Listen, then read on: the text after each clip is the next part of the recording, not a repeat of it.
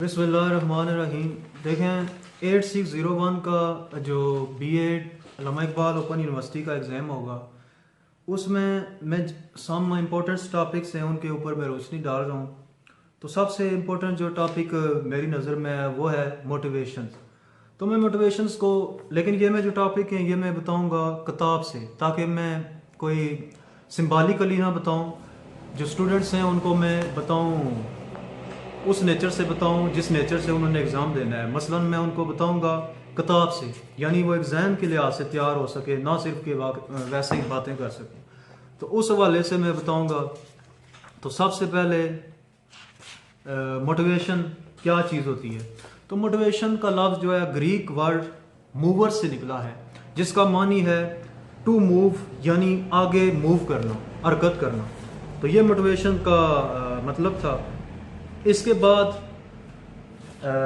Motivations की types हैं। पहली टाइप है इसमें पॉजिटिव मोटिवेशन, यानी मुस्बत तौर पर किसी को मोटिवेट करना।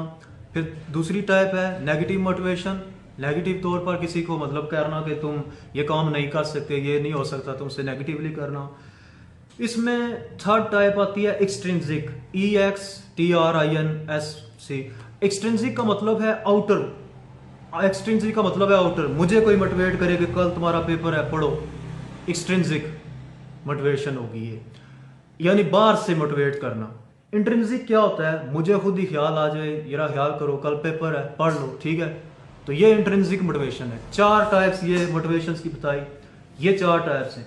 उसमें आगे फिर थ्योरी आ जाती है मोटिवेशंस की, डिफरेंट थ्योरीज हैं। ये भी एक सवाल आया हुआ है, असाइनमेंट्स में आया हुआ है। इसमें पहला जो थ्योरी थी वो है, दो किस्म की थ्योरीज है। पहले है ह्यूमनिस्टिक पर्पस, दूसरी है ह्यूमनिस्टिक, और दूसरी है कोग्निटिव। कोग्निटिव का मतलब होता है थिंकिंग, थिंकिंग के सिनोनिम्स है ये, ठीक है, वो भी सोचने की। तो ह्यूमनिस्टिक में जो चीज़ आती है, ह्यूमनिस्टिक का मतलब है कि इंसानियत। इसमें आगे दो थ्योरियाँ और पेश हुई हैं। पहली दी है मास्लो ने, और मास्लो ने जो थ्योरी दी है वो सुनने वाली है। मैं ज़्यादा सिम्बॉलिकली नहीं जाऊँगा।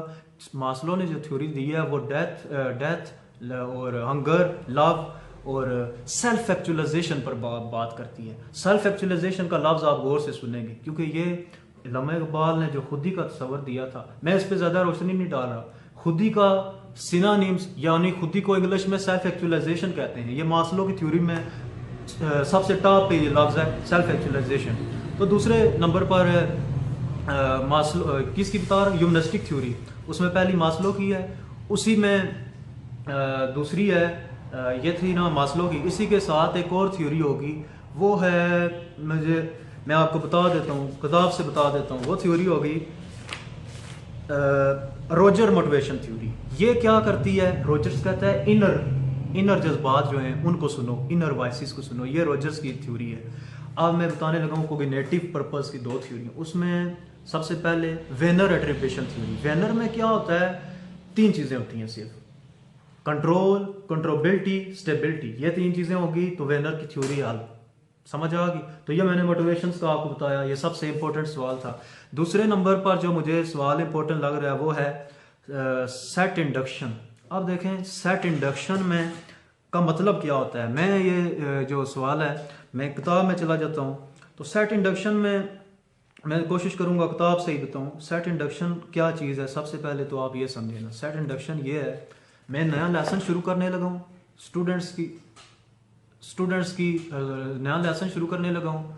स्टूडेंट्स की मैंने तवज्जो हासिल करनी है, स्टूडेंट्स की तवज्जो हासिल करनी है। तो मैं कोई मत समझो खैबर पढ़ाने लगा हूँ स्टूडेंट्स, क्या कहूँगा कि मौला अली मरहब से लड़ने के जैसे हल्की हल्की फवार में, फवार हल्की हल्की बारिश होती है और भी रही है बाहर, जैसे हल्की हल्की फवार में शेर अपने शिकार की तरफ जाता है। मैंने इमेज क्रिएट कर दिया, इमेज क्रिएट किया, सारे बच्चे अटेंटिव हो गए।